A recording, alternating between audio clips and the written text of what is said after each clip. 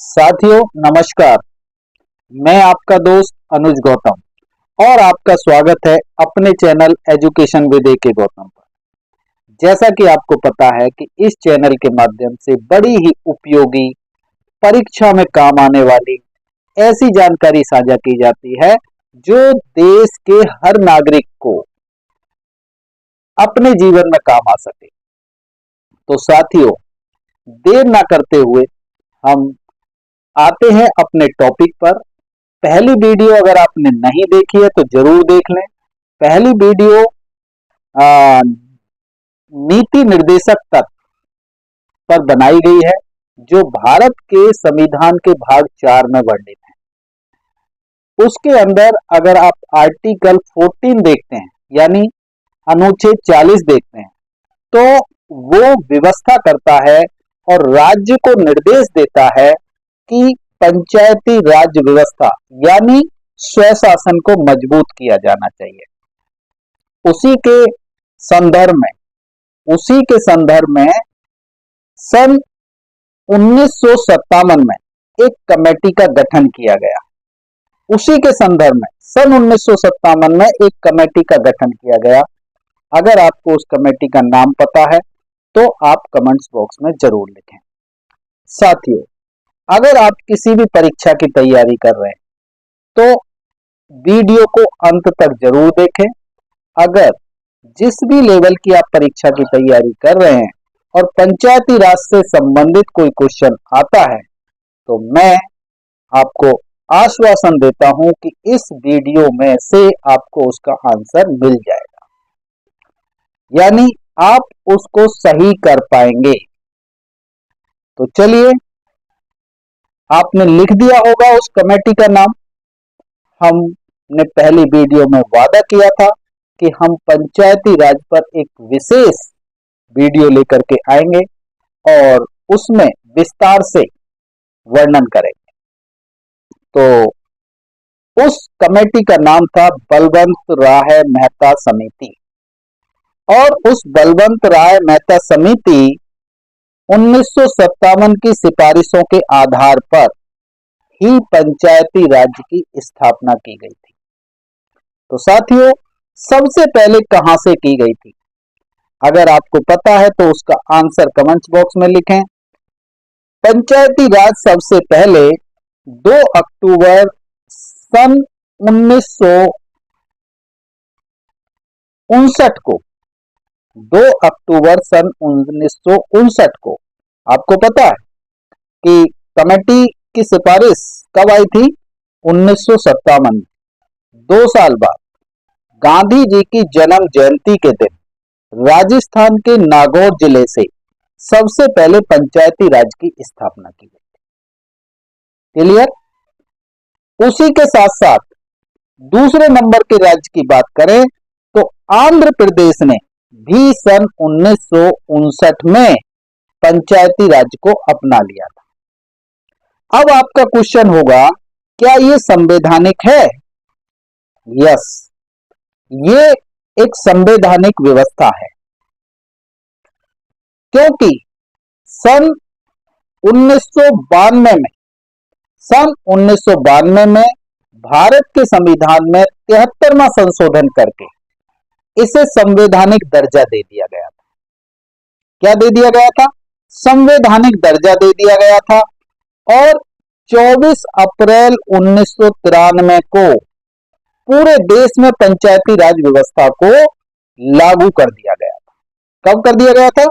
24 अप्रैल 1993 को उस संवैधानिक संशोधन के आधार पर पूरे देश में पंचायती राज व्यवस्था को लागू कर दिया गया था। और ये व्यवस्था 3 स्तर पर यानी त्रिस्तरीय व्यवस्था मानी जाती है। नंबर 1, ग्राम पंचायत, जो ग्राम स्तर पर गठित की जाती है।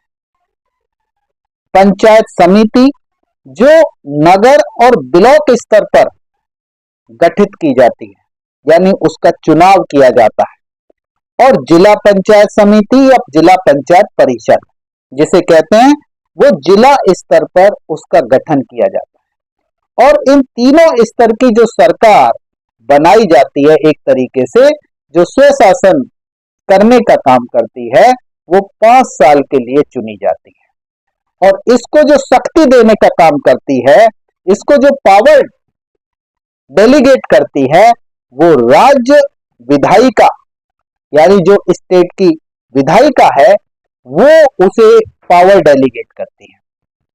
तो साथियों, इसका अगर विवरण देखेंगे कि पंचायती राज के बारे में कहां कहां क्या क्या लिखा गया है, तो बड़े ही विस्तार से आप देखेंगे तो संविधान के भाग 9 में अनुच्छेद 243 से लेकर के 243 ओ तक इसका वर्णन किया गया है, शक्तियों का वर्णन किया गया है, समय और अवधि का वर्णन किया गया है, इसका चुनाव कैसे होगा, इसका अध्यक्ष या प्रधान या मुखिया कैसे चुना जाएगा या चेयरमैन कैसे चुना जाएगा, इन सब का वर्णन किया गया है। इसके साथ साथ 73वें संविधान संशोधन के ही द्वारा 11वीं अनुसूची को जोड़ा गया था। संविधान के अंदर 73वें संविधान संशोधन द्वारा ही 11वीं अनुसूची को जोड़ा गया था। और उस 11वीं अनुसूची के अंदर 29 विषय, जिसकी हमने पहली वीडियो में भी बात करी थी कि पंचायती राज के अंदर 29 विषय निर्धारित किए गए हैं, यानी 29 ऐसे कार्य निर्धारित किए गए हैं जिनको पंचायत की समिति या प्रधान या उनकी बनी हुई सरकार करती है, यानी उन पर काम किया जाता है। तो हमने पहली वीडियो में कहा था कि कौन कौन से वो 29 विषय हैं, आज हम उन्हें एक एक करके गिनवाने वाले हैं, उनके नाम गिनवाने वाले हैं। तो साथियों, उनके नाम सुनने से पहले एक बार ये जरूर जान ले कि किस क्षेत्र में पंचायती राज व्यवस्था लागू नहीं है। तो आपको पता है कि किस क्षेत्र में नहीं है?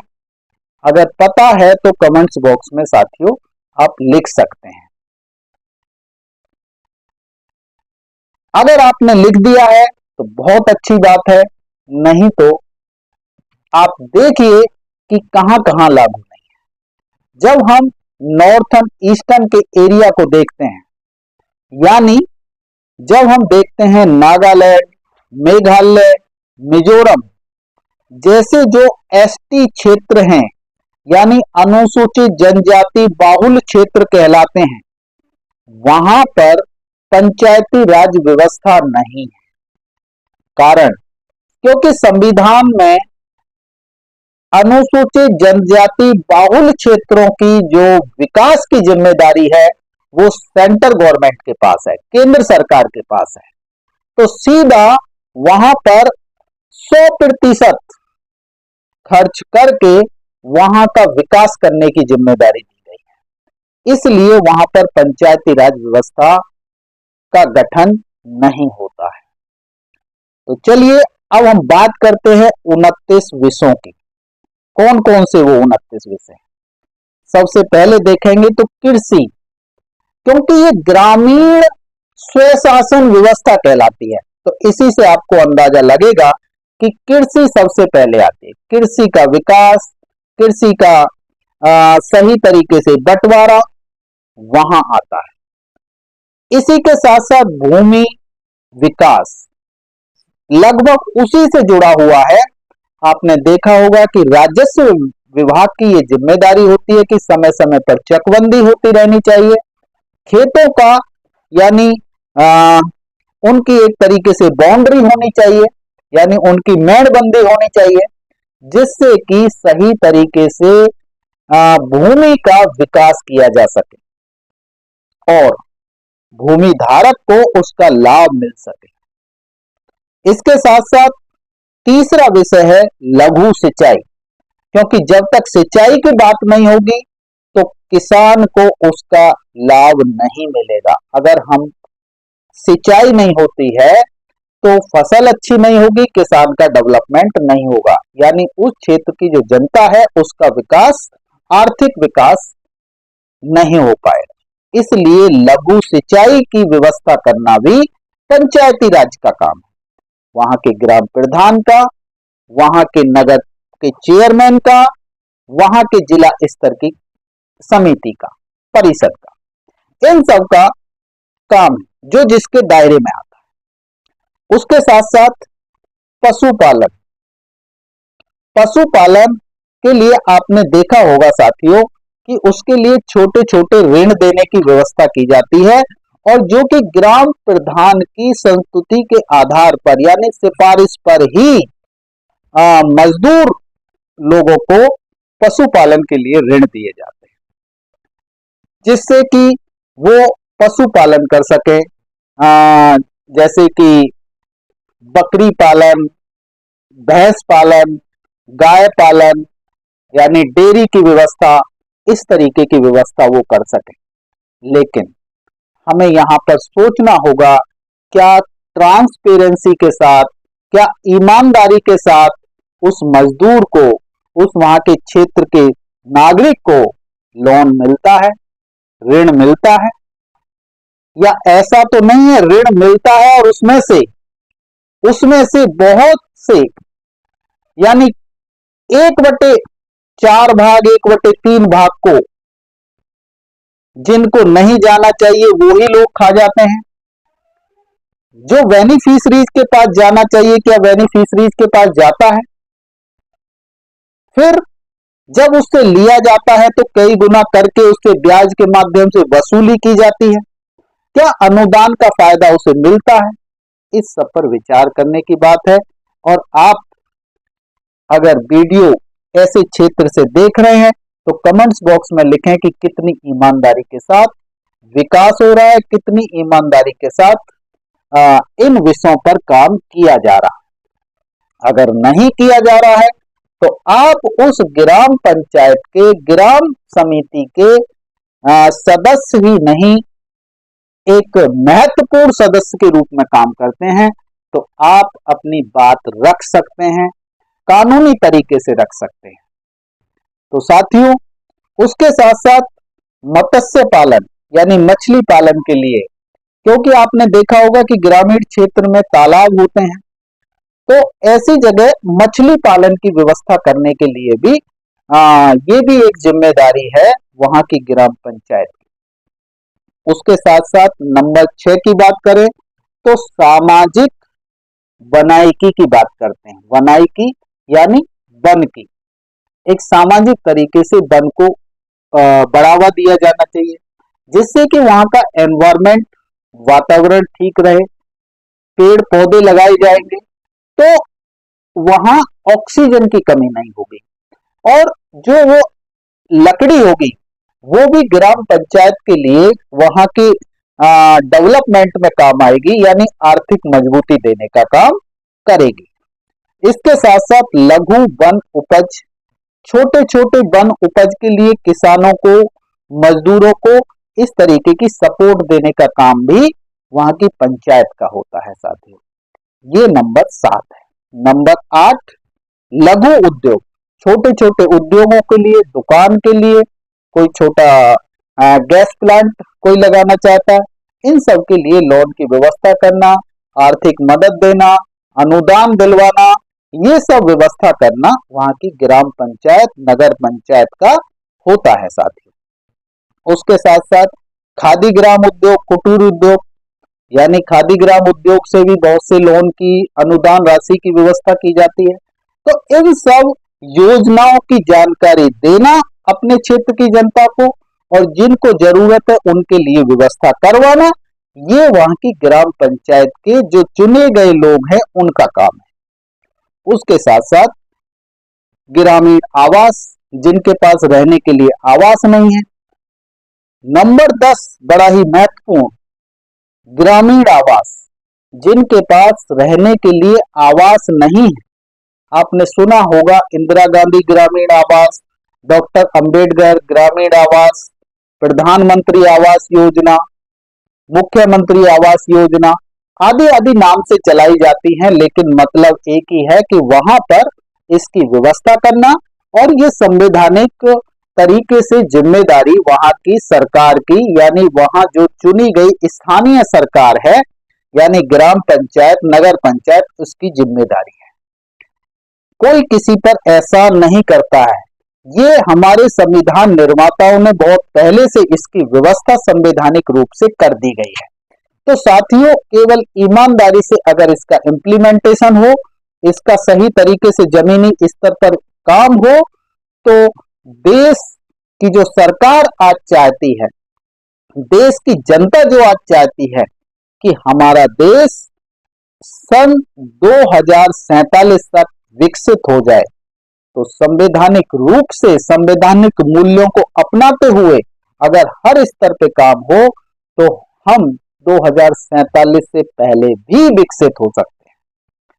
हमारा देश उससे पहले भी विकसित हो सकता है। लेकिन अब कमियां कहां हैं, ये आप अपने अवलोकन के आधार पर, आपके आकलन के आधार पर आप कमेंट्स बॉक्स में लिख सकते हैं। इसके साथ साथ नंबर 11, पेयजल की यानी शुद्ध पीने के पानी की व्यवस्था करना। आपने देखा होगा सरकारी नल लगाए जाते हैं, सरकारी कुएं खुदवाए जाते हैं। ये इसलिए है कि वहां की जनता को स्वच्छ पानी मिल सके, पीने के लिए पानी मिल सके। इसके साथ साथ नंबर 12, ईंधन और पशु चारा, इस सब की व्यवस्था करना भी, इस सब के लिए भी अनुदान की व्यवस्था करना, आर्थिक मदद देना, ये वहां की ग्राम पंचायत का, नगर पंचायत का, जिला पंचायत का काम है, जो जिसकी बाउंड्री में आता है। उसके साथ साथ सड़कें, पुल, पुलिया, नाली, पानी का निकास, ये सब बनाना, समय समय पर उनका रिपेयर कराना, मेंटेनेंस बहुत जरूरी है। इन सब की व्यवस्था करना भी वहां की जो स्वशासन व्यवस्था संवैधानिक रूप से बनाई गई है, उसका काम है। इसके साथ साथ अगर हम बात करें नंबर 14 की, तो नंबर 14 पर देखेंगे तो ग्रामीण विद्युतीकरण।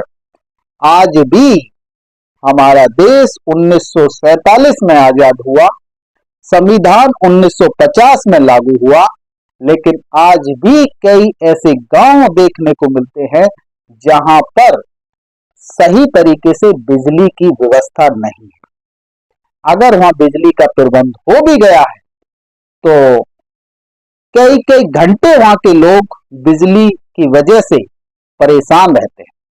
तो साथियों, ये सारी व्यवस्था करना और उचित तरीके से व्यवस्था करना वहां की ग्राम पंचायत का काम है। उसके साथ साथ नंबर 15 की बात करें तो गैर परंपरागत ऊर्जा स्रोत, जो आजकल नए नए इनोवेशन हो रहे हैं, नए नए इनोवेशन हो रहे हैं, सौर ऊर्जा की बात होती है, तो इन सब को लाना, वहां पर स्थापित करना, जहां जरूरत है वहां उसको डेवलप कराना, ये सब वहां के पंचायती राज का काम है। इसके साथ साथ नंबर 16, गरीबी उन्मूलन कार्यक्रम। गरीबी उन्मूलन यानी जो बिलो पॉवर्टी लाइन है, ऐसे परिवारों को आइडेंटिफाई करना, उनको सरकारी योजनाओं का लाभ दिलवाना, उनकी आर्थिक स्थिति को सही करना, करवाना, ये भी वहां की पंचायत का काम है। साथियों, अवेयरनेस प्रोग्राम करना, समय समय पर उनको अवेयर करना, जानकारी देना सरकारी योजनाओं। लेकिन होता क्या है, हकीकत में क्या स्थिति है, वो आप कमेंट्स बॉक्स में लिखिए। आप देख रहे होंगे नजदीक से, क्या ईमानदारी से ये सारे काम हो रहे हैं? अगर हो रहे हैं तो वो लिखिए, अगर नहीं हो रहे हैं तो भी आप लिखिए कि कारण क्या है ना होने का। उसके साथ साथ नंबर 17 की बात करेंगे तो शिक्षा व्यवस्था का भी विकेंद्रीकरण किया गया है और बहुत सी शिक्षा मंत्रालय के द्वारा ऐसी योजनाएं चलाई जाती हैं जिससे कि हर बच्चे को शिक्षित किया जा सके, हर परिवार को शिक्षित किया जा सके। वहां पर प्राथमिक और माध्यमिक स्तर की शिक्षा वहां की पंचायत के हाथ में दी गई है। यानी वहां की पंचायत, यानी जो पंचायती राज्य व्यवस्था है, स्वशासन व्यवस्था है, उसके हाथ में दी गई है कि वहां के बच्चों को अच्छी गुणवत्तापूर्ण शिक्षा मिल सके। अच्छी गुणवत्तापूर्ण मध्यम भोजन मिल सके, यानी मिड डे मील मिल सके। लेकिन हकीकत आप लिखेंगे साथियों, अगर आप संविधान आपको बोलने, आपको सही प्लेटफॉर्म पर बात रखने, शांतिपूर्ण तरीके से बात रखने का अधिकार देता है, तो आप बात रखेंगे तभी उसमें अगर कहीं कोई कमी रह गई है तो सुधार हो सकता है। इसके साथ साथ तकनीकी प्रशिक्षण, क्योंकि वोकेशनल एजुकेशन आज के टाइम में बहुत जरूरी है, क्योंकि रोजगार दिन प्रतिदिन कम होते जा रहे हैं, सरकारी रोजगार तो दिन प्रतिदिन कम होते जा रहे हैं। तो वोकेशनल स्किल देना वहां की जनता को, वहां के बच्चों को बहुत जरूरी है, और इसकी अवेयरनेस लाना, वहां उनको समझाना कौन किस स्किल में जा सकता है, ये सारी जिम्मेदारी वहां की पंचायत राज व्यवस्था की है। क्योंकि बिना तकनीकी के, डिजिटल एजुकेशन के आज आगे नहीं बढ़ा जा सकता। वो जमाना और था जब हम पुराने आश्रम वाले माध्यम से शिक्षा देने का काम करते थे। आज जमाना इंटरनेशनल प्लेटफॉर्म का है, आज हमारा कंपटीशन इंटरनेशनल लेवल पर है, अंतरराष्ट्रीय स्तर पर है। हम अंतरराष्ट्रीय स्तर पर भारत को उच्च श्रेणी में देखना, खड़ा करना चाहते हैं। तो ये तभी संभव होगा जब हम अंतरराष्ट्रीय स्तर पर प्रतियोगिता करके आगे बढ़ने का काम करेंगे। इसके साथ साथ वयस्क और अनौपचारिक शिक्षा, आपने देखा पहले सब पढ़े सब बढ़े, इस तरीके का कार्यक्रम चलाया गया। आज भारत सरकार शिक्षा मंत्रालय के द्वारा उल्लास के नाम से कार्यक्रम चलाया जाता है, जिसमें 15 साल से बड़े बच्चे जो रह गए हैं या युवा जो रह गए हैं, जो किसी कारणवश स्कूल में नहीं जा पाए, नहीं पढ़ पाए, तो उनको कम से कम इतना ज्ञान दिया जाए, इतना पढ़ाया लिखाया जाए, जिससे कि वो अपना जीवन यापन अच्छे से कर सकें। यानी उन्हें पढ़ना, लिखना, गणना करना आना चाहिए, जो कि एनईपी 2020 के माध्यम से एफएलएम नाम से दिया गया है। इसी तरीके का लगभग उल्लास के माध्यम से उनके अंदर स्किल यानी दक्षता डालने का काम किया जा रहा है। तो उसको सही तरीके से जमीनी स्तर पर उतारना, जिसको उसकी जरूरत है उस तक पहुंचाना, ये वहां की ग्राम पंचायत का काम है। पुस्तकालय, पुस्तकालय गांव के अंदर हो, नगर के अंदर हो, जिससे कि वहां अच्छी किताबें, न्यूज़पेपर यानी समाचार पत्र, मैगजीन, ये मिल सके, और वहां की जो जनता है, वहां जो पढ़ने वाले बच्चे हैं, उसका लाभ उठा सके, कंपटीशन में फाइट कर सके और आगे बढ़ सके। तो वहां पर पुस्तकालय होना चाहिए, पुस्तकालय की व्यवस्था होनी चाहिए, ये वहां की ग्राम पंचायत का काम है। तो आपने अपने गांव में, अपने नगर में क्या पुस्तकालय देखा है जो वहां की पंचायत ने बनाया हो? अगर है तो उसका बारे में आप लिखें, अगर नहीं है तो उसके लिए आप व्यवस्था कर और करवा सकते हैं। इसके साथ साथ सांस्कृतिक, नंबर 21 की बात करते हैं तो सांस्कृतिक गतिविधियां, क्योंकि शिक्षा के माध्यम से ही संस्कृति को संरक्षित किया जा सकता है, एक पीढ़ी से दूसरी पीढ़ी में ट्रांसफर किया जा सकता है, यानी हस्तांतरित किया जा सकता है।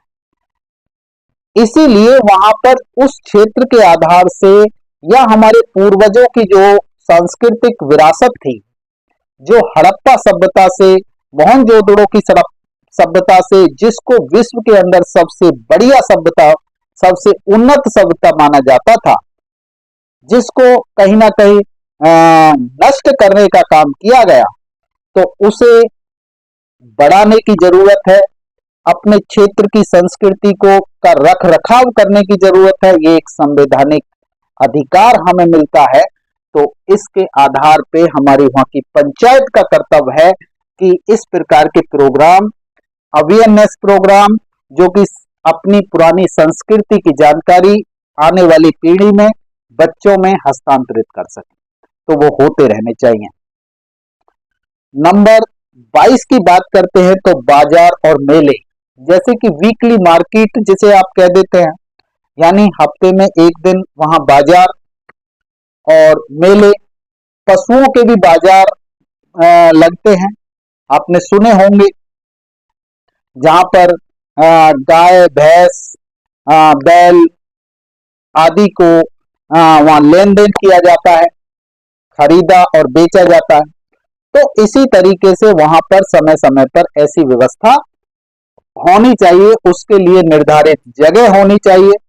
मेले के माध्यम से वहां की संस्कृति का बढ़ावा दिया जा सकता है। आ, अभी भी कुछ मूल निवासी सभ्यता संघ और मूल निवासी संघ ने मिलकर के संस्कृति प्रोग्राम ऐसे किए जो अपने कल्चर को बढ़ावा दे सकते हैं।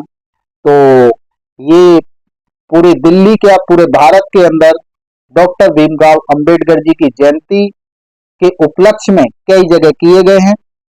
आप फेसबुक पे देख सकते हैं, यूट्यूब पे देख सकते हैं, इस तरीके की जानकारी वहां आपको मिलेगी।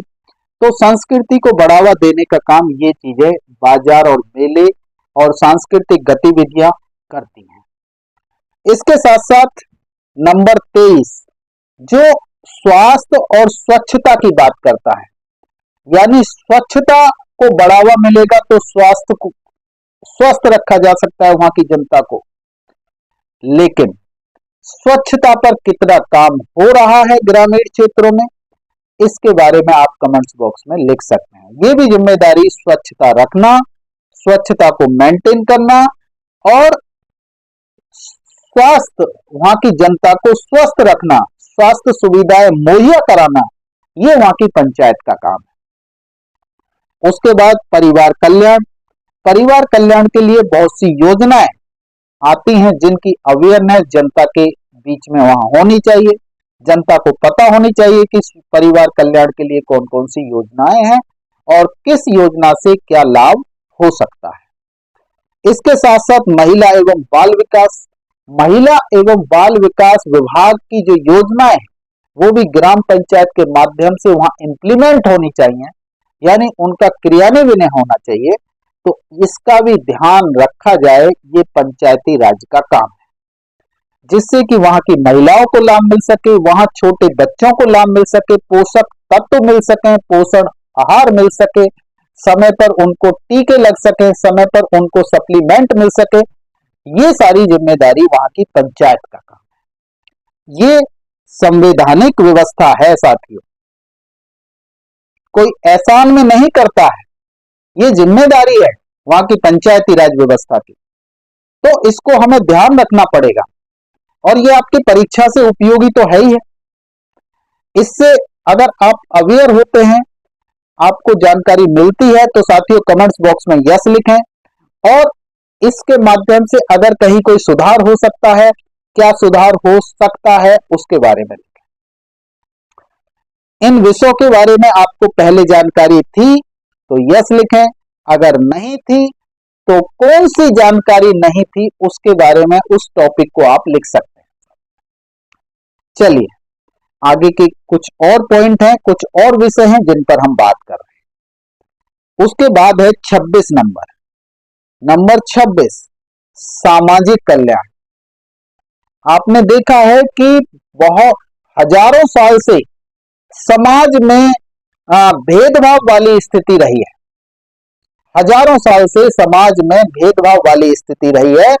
सामाजिक पिछड़े वर्ग के लोगों को आज भी अलग से ट्रीटमेंट देने की जरूरत पड़ रही है, अलग से उनके लिए योजना लाने की आवश्यकता पड़ रही है। जबकि 1950 में ही अगर हम स्वशासन पंचायती राज व्यवस्था की बात करें तो 1959 से ये लागू है, तब से अब तक हम उनको इतना एम्पावर नहीं कर पाए हैं। इसका मतलब है ईमानदारी से बेनिफिशरीज तक, यानी जिसे जिसकी जरूरत है वहां तक हम वो चीज नहीं पहुंचा पाए। तो साथियों इस पे ध्यान देने की जरूरत है, जो जिसकी जिम्मेदारी है उसको ईमानदारी के साथ निर्वाह करने की जरूरत है, तभी हम विकसित भारत की कल्पना कर सकते हैं। अगर मेरी बात से सहमत हैं तो यस लिखें साथियों, लाइक करें वीडियो को,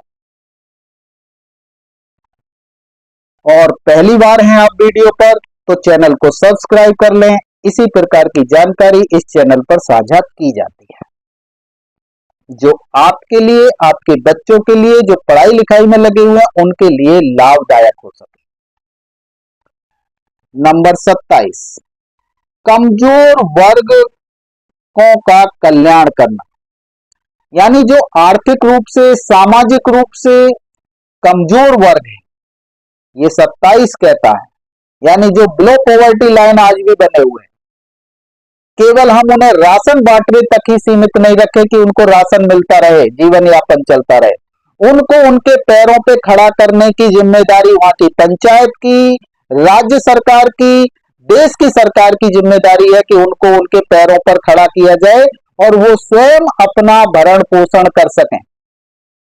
केवल इतने लोगों को राशन दिया जा रहा है, इस तरीके के एडवर्टाइजमेंट से, खुशी मनाने से काम नहीं चलने वाला है साथियों। आज भी हम बात करते हैं कि इतने लाख परिवारों को राशन बांटा जा रहा है, फ्री राशन बांटा जा रहा है, आज भी राशन पर निर्भर है हमारे देश की जनता। तो साथियों, इस पे विचार करने की जरूरत है। उसके साथ साथ सार्वजनिक वितरण प्रणाली, जो अभी मैंने पहले पॉइंट में कहा, तो ये 28 के अंदर बताया गया है कि जो सार्वजनिक चीजें हैं उसका वितरण सही तरीके से होना चाहिए, जो जिसके लिए है वो उस तक पहुंचनी चाहिए। लेकिन होता क्या है साथियों, अगर हकीकत सुनी जाए तो ये है कि वहां के जो दबंग लोग हैं वो उसका फायदा उठाते हैं, जो वहां के मजबूत लोग हैं वो उसका फायदा उठाते हैं, लेकिन जिन कमजोर लोगों के पास उसका लाभ मिलना चाहिए उन तक वो नहीं पहुंच पाता है। तो इसको अगर ईमानदारी से वहां तक पहुंचाया जाएगा तभी हम विकसित भारत की कल्पना कर सकते हैं या सपना देख सकते हैं। इसके साथ साथ नंबर 29, सामुदायिक संपत्तियों का रखरखाव बहुत महत्वपूर्ण है साथियों। लेकिन हो क्या रहा है, वहां की जो सामुदायिक संपत्तियां हैं वो दबंग लोगों के हाथों में है, उन पर दबंग लोगों का कब्जा है। उनका यूटिलाइजेशन हर व्यक्ति के लिए खुला होना चाहिए, ओपन होना चाहिए, हर व्यक्ति उसका यूज कर सके, हर व्यक्ति उसको रख रखाव में अपनी भूमिका अदा कर सके। लेकिन ऐसे कई गांव देखे जा सकते हैं, अगर आप सर्वेक्षण करना चाहे तो कर सकते हैं, जहां पर सार्वजनिक संपत्ति पर जो मजबूत व्यक्ति है उसका कब्जा किया हुआ, चाहे तो वहां के सामुदायिक भवन की बात कर लीजिए, चाहे वहां पे सरकारी जमीन की बात कर लीजिए, चाहे वहां पे किसी पंचायत चौपाल की बात कर लीजिए, उसका उपयोग केवल वहां का मजबूत व्यक्ति कर रहा है। तो क्या ये सही है? अगर सही नहीं है तो वहां की ग्राम पंचायत का काम है कि उसका सही रखरखाव हो, सही तरीके से उसका मेंटेनेंस हो, सही तरीके से उसका समय समय पर देखभाल हो, और हर व्यक्ति के लिए, वहां के क्षेत्र के हर व्यक्ति के लिए वो ओपन रहे, खुला रहे, जिससे कि उसका लाभ हर व्यक्ति को, हर परिवार को मिल सके और अननेसेसरी किसी चीज पर पैसा खर्च ना करना पड़े। तो साथियों, अगर इस बात से सहमत हैं तो वीडियो को लाइक करें, कमेंट्स बॉक्स में यस लिखें। ये सब व्यवस्था संवैधानिक है साथियों, किसी का किसी के ऊपर एहसान नहीं है, ये सब संवैधानिक व्यवस्था है। और फिर भी कई संवैधानिक विरोधी तत्व कहते हुए मिलते हैं कि संविधान देता क्या है।